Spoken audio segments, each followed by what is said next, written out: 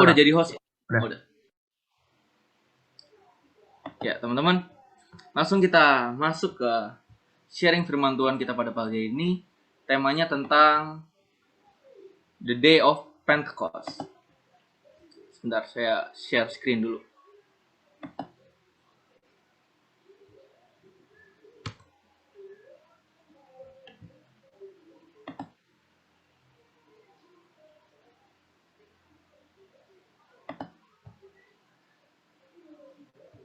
Nah, ini slide-nya udah kelihatan kan ya teman-teman ya?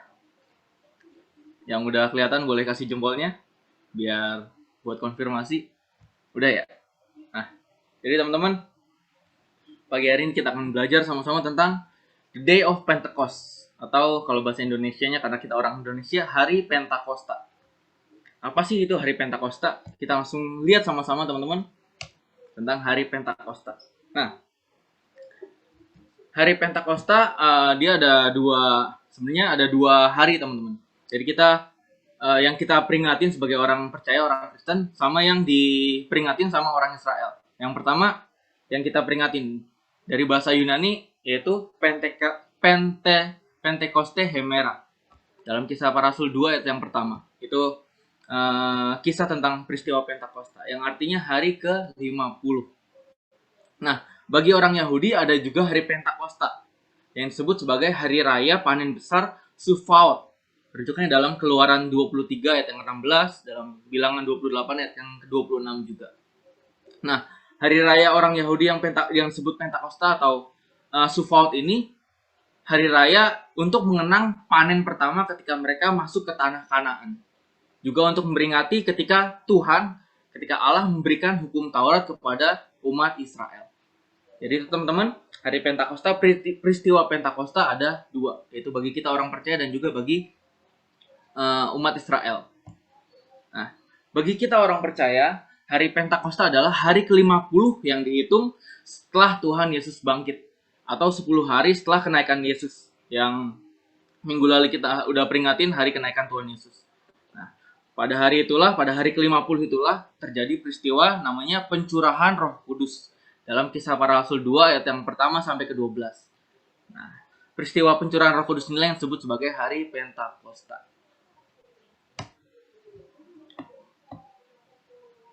Nah, Roh Kudus merupakan satu pribadi dari Allah Tritunggal. Amin. Jadi Roh Kudus merupakan satu pribadi dari Allah Tritunggal. Kuasanya dicurahkan pada hari Pentakosta setelah Tuhan Yesus naik ke surga. Nah, oleh karena itu teman-teman, mulai dari hari Pentakosta tuh, hari pencurahan Roh Kudus zaman dahulu 2000 tahun yang lalu sampai nanti kedatangan Tuhan Yesus yang kali kedua disebut sebagai zaman Roh Kudus bekerja di bumi ini. Bilang sama-sama bareng saya, zaman Roh Kudus bekerja. Jadi teman-teman, dari 2000 tahun yang lalu, dari peristiwa Pentakosta sampai nanti Tuhan Yesus datang yang kedua kali disebut sebagai zaman Roh Kudus bekerja di bumi ini.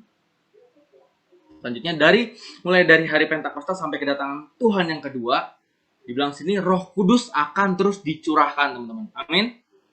Jadi Roh Kudus akan terus dicurahkan, teman-teman. Kuasa Roh Kudus akan terus bekerja sampai nanti Tuhan Yesus datang.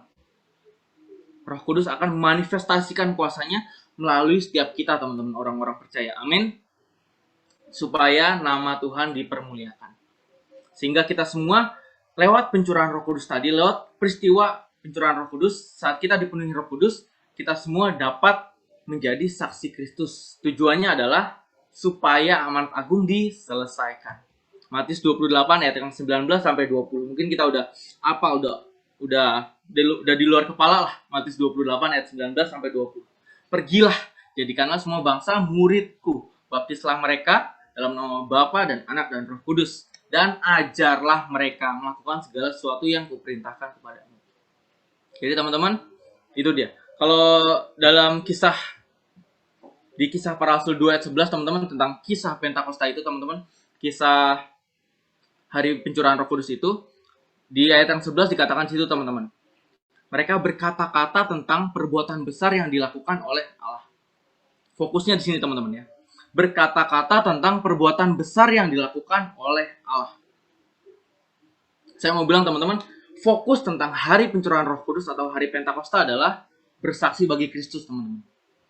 Jadi fokusnya saat hari Pentakosta, saat kita dicurahin, saat Tuhan curahin Roh Kudusnya ke kita, fokusnya bukan bahasa rohnya, teman-teman. Bukan fokus ke bahasa rohnya, bukan fokus ke diri kita, kepenuhan Roh Kudus, bukan, teman-teman. Tapi fokusnya adalah saat kita penuh Roh Kudus, hidup kita bersaksi bagi Tuhan, teman-teman. Itu fokusnya. Makanya dibilang di sini di Kisah Para Rasul 2 ayat 11, mereka berkata-kata tentang perbuatan besar yang dilakukan oleh Allah. Jadi fokus dari pencurahan Roh Kudus hari Pentakosta adalah saat hidup kita udah dipenuhi sama Roh Kudus, kita harus bersaksi bagi Tuhan. Amin. Nah, teman-teman, nanti kita akan belajar lebih dalam lagi tentang ini, teman-teman. Selanjutnya kita akan lihat makna hari Pentakosta, makna pencurahan Roh Kudus bagi setiap kita orang percaya. Di sini saya bikin ada 5 makna, teman-teman. Ya, makna hari Pentakosta bagi setiap kita orang percaya. Yang pertama adalah sebagai pengganti kehadiran Kristus di dunia.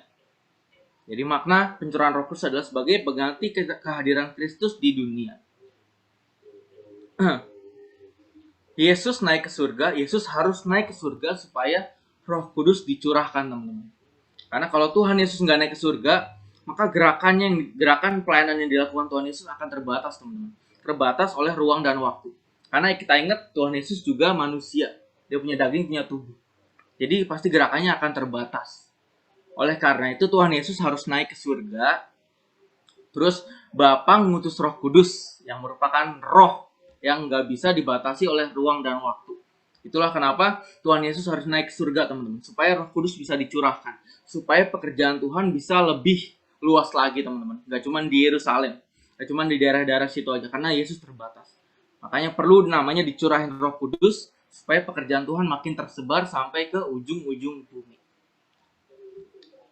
Di sini dibilang dalam Matius 28 ayat yang ke-20b.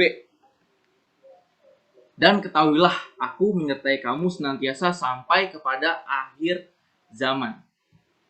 Roh Kudus ini merupakan pengganti kehadiran Yesus di dunia atau sebagai penerus pelayanan Yesus untuk melakukan misi Bapa.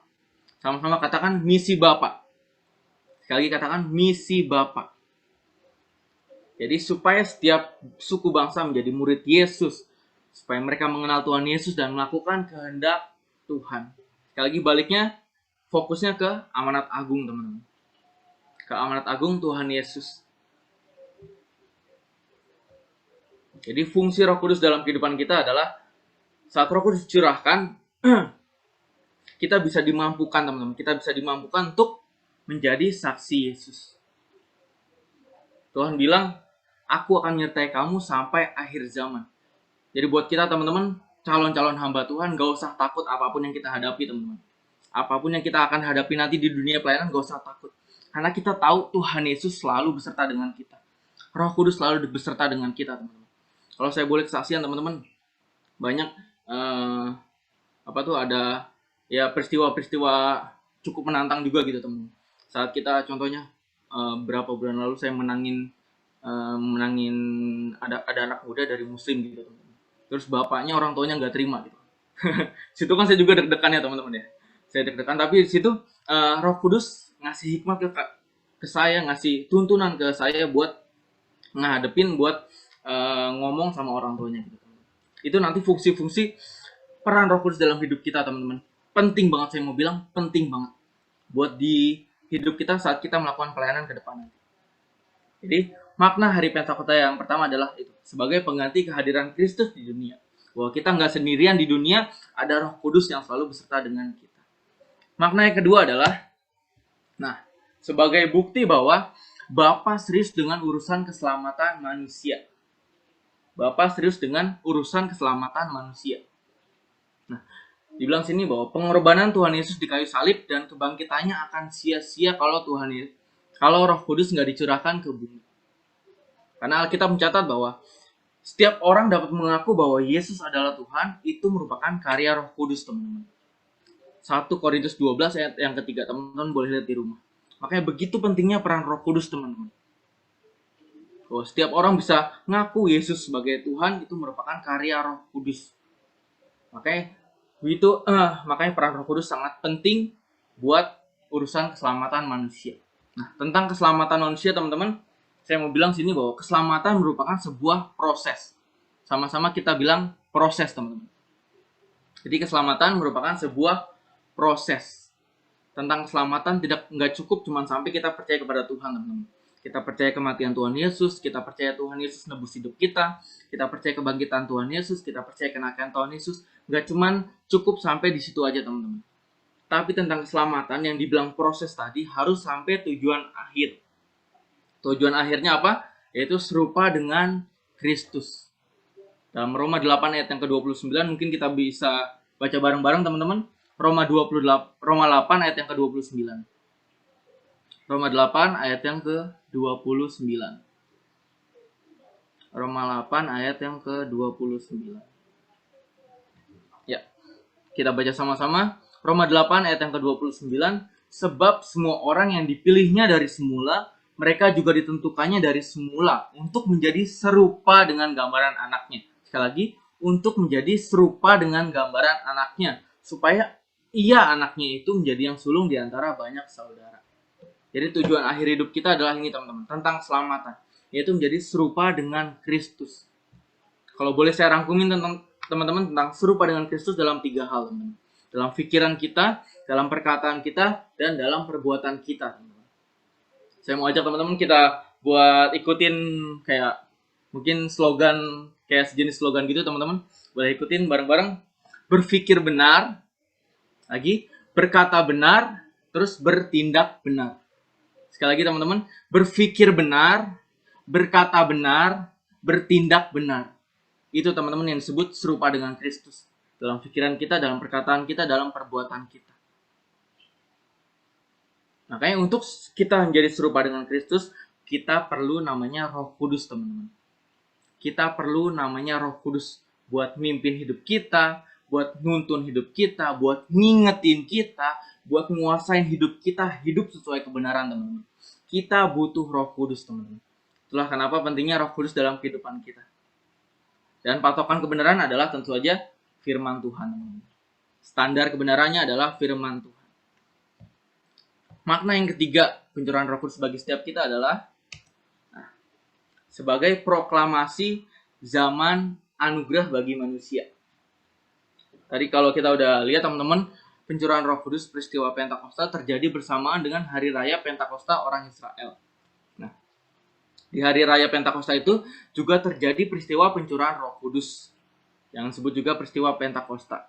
Nah, peristiwa Pentakosta ini, teman-teman, peristiwa pencurahan Roh Kudus ini disebut sebagai proklamasi zaman anugerah keselamatan bagi dunia. Jadi saat peristiwa pencurahan Roh Kudus 2000 tahun yang lalu, teman-teman, itu sebagai proklamasi, sebagai apa ya? Sebagai peresmian zaman anugerah keselamatan bagi dunia. Maksudnya apa? Maksudnya jadi standarnya bukan hukum Taurat lagi, teman-teman. Standarnya bukan hukum Taurat lagi. Tapi kita masuk ke dalam zaman anugerah. Itu maknanya bagi kita, teman-teman. Karena keselamatan bukan hasil usaha manusia, tetapi oleh karya Allah melalui Roh Kudus. Roma 3 yang ke-21 sampai 22. Bukan karena hukum Taurat kita dibenarkan, tapi karena iman dalam Tuhan Yesus, teman-teman. Nah, selanjutnya ketika Roh Kudus dicurahkan, teman-teman, anugerah Allah menjadi sempurna. Nanti teman-teman bisa baca dalam Titus 3 ayat yang ke-4 sampai 7. Maksudnya sempurna gimana? Keselamatan yang diterima oleh manusia menjadi sempurna, teman-teman. Keselamatan kita bisa jadi sempurna. Jadi kita bukan cuma percaya kepada Tuhan, tapi hidup kita juga ngalamin pembaruan hidup hari demi hari, teman-teman. Sampai goalnya apa tadi? Menjadi serupa dengan Yesus. Itu dia peran Roh Kudus, teman-teman. Supaya keselamatan kita, anugerah Allah dalam hidup kita, anugerah keselamatan yang Tuhan kasih jadi sempurna. Kita diperbarui hari demi hari supaya menjadi serupa dengan Kristus. Makna yang ketiga adalah sebagai penggenapan janji Tuhan Yesus, teman-teman. Tadi kita udah singgung di awal bahwa Tuhan Yesus berjanji bahwa Ia akan menyertai setiap orang percaya sampai akhir zaman. Dalam Matius 28 ayat yang ke-20 sebelum Tuhan Yesus naik ke surga. Ia akan menyertai setiap kita orang-orang percaya sampai akhir zaman. Tuhan curahkan Roh Kudus ke dunia sebagai bentuk penggenapan dari janji Tuhan bagi orang percaya. Nah, nanti teman-teman bisa lihat di rumah teman-teman masing-masing, kita lihat dalam Kisah Para Rasul 12 ayat 6 sampai 11 dan Kisah Para Rasul 16 ayat 25 sampai 26, teman-teman. Di situ ada, mungkin kita udah pernah dengar ceritanya, ada kisah tentang Petrus dan Paulus yang dipenjara, teman-teman. Ada kisah tentang Petrus dan Paulus yang dipenjara. Mungkin kita udah pernah dengar, kita udah pernah baca kisahnya. Nah, dalam kisah itu, teman-teman, mereka dibebaskan oleh kuasa Tuhan yang dahsyat. Kisah ini, teman-teman, membuktikan bahwa Tuhan Yesus menyertai setiap orang percaya, teman-teman. Tuhan Yesus menyertai setiap kita orang percaya. Jadi apapun yang terjadi dalam kehidupan kita, teman-teman, percayalah Tuhan selalu menyertai kita. Dia nggak akan pernah meninggalin kita meskipun kita dalam situasi sulit sekalipun. Meskipun kita dalam situasi yang dibilang lembah kelam sekalipun, Tuhan akan selalu beserta dengan kita, teman-teman. Nanti saat kita di dunia pelayanan, teman-teman, saat kita dalam situasi yang sulit, saat kita dalam situasi yang udah mungkin bingung, udah posisi yang di bawah banget, teman-teman, percayalah Tuhan selalu beserta dengan kita, teman-teman. Tuhan selalu menyertai hidup kita. Makanya dibilang dalam Yohanes 14 ayat 16, aku minta kepada Bapa dan ia akan memberikan kepadamu seorang penolong yang lain. Bilang bareng-bareng sama saya, penolong yang lain. Sekali lagi, bilang penolong. Supaya ia menyertai kamu selama-lamanya, teman-teman. Inilah makna pencurahan Roh Kudus bagi kita, teman-teman. Bahwa Roh Kudus akan menolong setiap pelayanan kita, teman-teman. Roh Kudus akan menolong ketika kita bersaksi, ketika kita melakukan pekerjaan-pekerjaan Tuhan, ketika kita melakukan kehendak Tuhan, ketika kita melakukan misi Tuhan, Roh Kudus akan menolong, teman-teman. Roh Kudus akan menolong. Dan pertolongan dari Tuhan ini, pertolongan dari Roh Kudus ini, saya rasakan dalam kehidupan saya powerful banget, teman-teman. Ini yang bikin pelayanan kita, kehidupan kita beda sama orang lain, teman-teman. Kalau saya boleh kesaksian, teman-teman, pertolongan Roh Kudus dalam kehidupan saya, contohnya waktu itu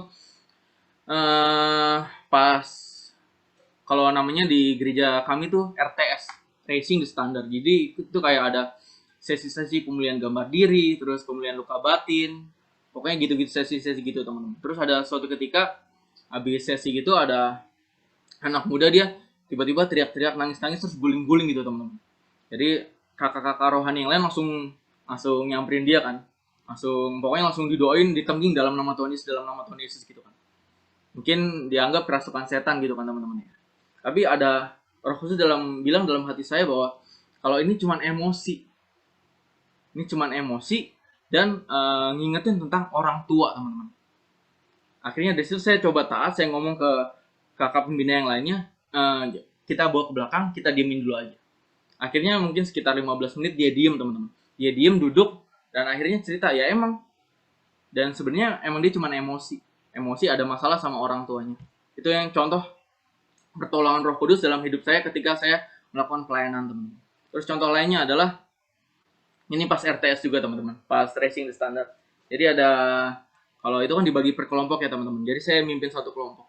Jadi ada satu anak dari Papua di kelompok saya. Dia kayak, pokoknya setiap sesi dia kayak diem-diem terus gitu, teman-teman. Dia diem-diem terus, yang lain pada nangis, yang lain pada ngalamin Tuhan, tapi dia diem terus, teman-teman. Dia diem terus, entah kenapa awalnya saya bingung. Tapi Tuhan ngomong dalam hati saya, Roh Kudus ngingetin supaya minta maaf. Kan saya bingung ya, teman-teman ya. Kok minta maaf? Gue salah apa sama nih orang kan?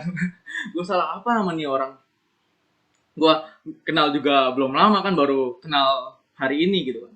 Terus akhirnya Roh Kudus tuntun supaya minta maaf, ngingetin lagi tentang orang tua, teman-teman. Akhirnya saya samperin itu anak, terus saya peluk dia, teman-teman. Saya bisa ngomong bahasa Papua dikit-dikit lah. Saya ngomong pakai bahasa Papua gitu, teman-teman. Namanya Yumi Ron. Yumi, saya mewakili kau punya mama, saya mewakili kau punya papa, saya minta maaf. Cuman itu doang, teman-teman. Teman-teman tahu apa yang terjadi? Dia langsung nangis kejer, teman-teman. Dia langsung nangis kejer, meluk saya. Pokoknya itu nanti di baju ada air mata, ingus, bonus, nggak apa-apa gitu. Dia langsung meluk saya, teman-teman. Itu dahsyatnya kuasa Roh Kudus dalam kehidupan kita, teman-teman. Itu dahsyatnya kuasa Roh Kudus saat hidup kita penuh dengan Roh Kudus, teman-teman. Dia akan menjadi penolong dalam kehidupan kita, dalam setiap pelayanan kita, dalam setiap pekerjaan Tuhan yang kita lakukan di dunia pelayanan nanti. Amin. Yang terakhir, teman-teman, makna pencurahan Roh Kudus bagi setiap kita orang percaya. Nah, Makna yang terakhir adalah kita akan diperlengkapi untuk menjadi saksi Kristus. Kita akan menerima kuasa ketika Roh Kudus turun ke atas kita dan memenuhi kehidupan kita. Nih, dibilang sini dalam Kisah Para Rasul 1 ayat yang ke-8, dibilang, tetapi kamu akan menerima kuasa kalau Roh Kudus turun ke atas kamu, dan kamu akan menjadi saksi. Dan kamu akan menjadi saksiku. Sekali lagi, kamu akan menjadi saksiku di Yerusalem dan seluruh Yudea dan Samaria dan sampai ke ujung bumi. Jadi fokusnya balik lagi ke saksi, teman-teman. Saat hidup kita udah dipenuhi Roh Kudus, teman-teman. Saat Roh Kudus udah dicurahin penuh hidup kita, teman-teman. Fokusnya balik lagi, jadi saksi Tuhan. Jadi saksi Tuhan. Jadi fokusnya bukan kita bahasa roh, bukan fokusnya kita penuh Roh Kudus, kita gedek-gedek, geleng-geleng, bukan gitu, teman-teman. Fokusnya adalah saat hidup kita penuh Roh Kudus, kita jadi saksi. Mulai dari keluarga kita, dari tetangga kita, dari orang yang beda agama, bahkan sampai ke ujung-ujung bumi, teman-teman. Puji Tuhan, teman-teman, di gereja kami, di gereja tempat saya melayani, teman-teman, di pandemi ini kan kami udah 1 tahun lebih belum ibadah langsung gitu, teman. Kita masih ibadah online. Tapi justru lewat pandemi ini malah makin banyak orang yang selamatin, teman-teman. Mungkin ada sekitar 10 orang kali selama pandemi ini yang mereka mungkin pokoknya yang kehidupannya dulu aneh-aneh gitu, teman-teman. Ada yang punya jimat, ada yang agama lain, macam-macam gitu, teman-teman. Dan yang terbaru, teman-teman, 2 bulan lalu Tuhan Yesus pakai hidup saya buat nyelamatin dua orang anak muda yang dari agama seberang, teman-teman. Jadi ini yang Tuhan mau, teman-teman. Saat hidup kita penuh Roh Kudus, saat hidup kita Roh Kudus sudah dicurahkan ke dalam hidup kita, ayo kita bersaksi. Ayo kita bersaksi. Fokusnya itu, teman-teman. Sampai nanti kita belajar lagi di akhir, teman-teman. Selanjutnya, kuasa seperti apa yang akan kita alami ketika hidup kita penuh dengan Roh Kudus? Kuasanya seperti apa sih yang akan kita terima dari Tuhan? Dalam Markus 16 ayat yang ke-17 sampai 18, dibilang di situ bahwa tanda-tanda ini akan menyertai setiap orang percaya. Mereka akan mengusir setan demi namaku. Mereka akan berbicara dalam bahasa-bahasa yang baru bagi mereka. Mereka akan memegang ular. Dan sekalipun mereka minum racun maut, mereka tidak akan mendapat celaka. Dan yang terakhir, mereka akan meletakkan tangannya atas orang sakit dan orang itu akan sembuh. Ini, teman-teman, tanda-tanda ini akan menyertai setiap kita. Kita akan dikasih kuasa yang kayak gini, teman-teman. Kita mengusir setan dalam nama Tuhan Yesus, setannya pergi. Kita megang ular nggak bahaya, kita minum racun maut nggak kenapa-napa. Kita tumpang tangan atas orang sakit, orang itu langsung sembuh. Amin. Nah, tapi syarat untuk menerima kuasa itu adalah ketika kita mau melaksanakan amanat agung Tuhan Yesus. Syaratnya itu, teman-teman. Jadi fokusnya ke menjadi saksi Kristus, melaksanakan amanat agung Tuhan Yesus. Jadi kalau kita mau menerima kuasa itu tadi, kuasa yang dahsyat-dahsyat ini, teman-teman, puji Tuhan, Tuhan izinin saya udah ngalamin kuasa-kuasa yang dahsyat ini, teman-teman. Kalau kesaksian nanti panjang lagi. Tapi kalau teman-teman mau ngalamin kuasa yang dahsyat ini juga, teman-teman buktiin, teman-teman lakuin tuh yang namanya amanat agung. Teman-teman bersaksi. Saya percaya teman-teman bakal ngalamin kuasa yang Tuhan berikan kepada teman-teman. Kuasa dari Roh Kudus yang powerful, teman-teman. Nah, ini yang paling terakhir, teman-teman. Ini yang paling terakhir. Ini yang paling terakhir. Sebagai orang percaya, kita dipanggil untuk menjadi saksi Kristus. Tuhan mau memanifestasikan kuasanya melalui diri kita, setiap kita orang percaya. Dalam melakukan setiap kegiatan kehidupan kekristenan, teman-teman, kita nggak akan bisa kalau kita mengandalkan kekuatan kita sendiri. Kita nggak bisa tuh kalau kita ngandelin kekuatan kita sendiri. Kita butuh kuasa Roh Kudus. Kita butuh hidup selalu dipenuhi oleh Roh Kudus. Selanjutnya, bagaimana cara supaya hidup kita selalu dipenuhi oleh Roh Kudus, teman-teman? Yang pertama, bertekun dalam doa pribadi maupun bersama-sama, teman-teman. Kalau sini saya dapat dari Tuhan, terus connect sama Tuhan, teman-teman. Terus connect sama Tuhan. Saya punya ilustrasi sedikit, teman-teman. Teman-teman tahu TV kan ya? TV tuh, TV yang kotak gitu. Kalau nggak TV yang LED deh, yang layar datar. Nah, teman-teman, supaya itu TV bisa nyala, itu dicolokin kemana namanya? Mungkin Pak Teguh bisa jawab, dicolokin kemana tuh namanya? Sumber apa tuh? Supaya TV-nya bisa nyala? Kontak, Kak. Listrik. Pokoknya dicolokin ke sumber listrik ya, teman-teman ya. Supaya TV-nya bisa nyala, dicolokin ke sumber listrik. Tapi kalau tuh TV nggak dicolokin ke sumber listrik, itu TV nggak bakal berfungsi, teman-teman. Maksudnya tuh TV jadi talanan gitu kan. TV-nya buat motong-motong cabai, motong timun, motong terong. Itu berarti kan salah fungsi, teman-teman. Salah fungsi. TV-nya nggak berfungsi dengan semestinya. Gitu juga dengan hidup kita, teman-teman. Saat kita nggak connect terus sama Tuhan, hidup kita nggak bakal berfungsi dengan semestinya, teman-teman. Hidup kita nggak bakal berfungsi dengan sesuai kehendak Tuhan, teman-teman. Mungkin hidup kita jadi aneh-aneh, mungkin jadi anak band gak jelas gitu kan, mungkin jadi apa lagi, mungkin jadi penjual narkoba gitu kan, yang serem-serem gitu kan, itu jadi bandar judi gitu kan. Saat hidup kita nggak connect sama Tuhan, hidup kita nggak akan berfungsi dengan semestinya sesuai dengan kehendak Tuhan. Itulah kenapa yang pertama kita harus terus connect sama Tuhan, baik secara pribadi maupun bersama-sama, supaya kita ngerti kehendak Tuhan, apa yang Tuhan mau dalam kehidupan kita. Yang kedua, teman-teman, hidup dalam pertobatan.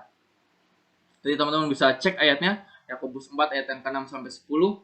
Dalam Ibrani 12 ayat yang 11 dikatakan di sana, tanpa kekudusan tidak ada seorang pun dapat melihat Allah. Artinya apa? Dosa memisahkan kita dari Tuhan, teman-teman. Makanya kenapa kita nggak bisa ngalamin kuasa Roh Kudus? Kita nggak bisa dipenuhi Roh Kudus. Mungkin, teman-teman, ada dosa yang mengganjal dalam hati kita, teman-teman. Ada dosa yang masih kita simpan, ada dosa yang masih kita tutup-tutupin. Mungkin dosa pornografi, mungkin dosa onani, dosa masturbasi, dosa berbohong, dosa ngomong kasar. Mungkin ada dosa-dosa yang belum kita selesaikan sama Tuhan. Itu yang bikin kita pisah. Itu yang bikin kita nggak bisa ngalamin kuasa Roh Kudus dalam hidup kita yang powerful, teman-teman. Jadi saya mau ingetin hari ini, teman-teman, kalau masih ada dosa yang teman-teman simpan, kalau masih ada dosa yang teman-teman umpetin dari Tuhan, lebih baik teman-teman bertobat, berbalik sungguh-sungguh, minta ampun sama Tuhan, hidup benar. Percayalah, walaupun teman-teman tutupin itu dosa, Tuhan pasti tahu, teman-teman. Walaupun kita diem, orang lain gak ada yang tahu, kita diem keep sendiri, Tuhan pasti tahu, teman-teman. Jadi lebih baik kita bertobat, kita ngaku dosanya, supaya kuasa Roh Kudus bisa dicurahkan. Pada nanti hari Minggu nanti, teman-teman, mungkin itu jadi sebagai momentum, teman-teman. Momentum kuasa pencurahan Roh Kudus. Mungkin pada hari ini kita udah ngerti tentang firman Tuhan, nanti hari Minggu pas momentumnya hari pencurahan Roh Kudus, kita dapat sesuatu dari Tuhan, teman-teman.